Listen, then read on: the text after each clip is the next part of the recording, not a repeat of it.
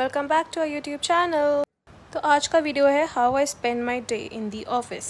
तो सबसे पहले थोड़ा सा काम किया, उसके बाद हम चले गए सीधा 12:30 बजे लंच करने। और बाहर गए तो देखा हो रही थी कड़ाके की बारिश। अब बारिश में चाय पीने का मन तो सभी का कर जाता है, तो हम गए नीचे वाली कैंटीन में। कैंटीन से हमने ली गर्मा गर्म चाय। फिर मैं ऊपर आई, थोड़ा सा काम किया और काम करते करते मुझे मन किया एक कप कॉफ़ी पीने का। तो हमारे ऑफ़िस में ना ये सीसीडी की मशीन है जिसमें आप जो चाहो पी सकते हो, वो भी अनलिमिटेड। तो कमेंट करके बताओ किस किस के ऑफ़िस में ऐसी मशीन्स हैं।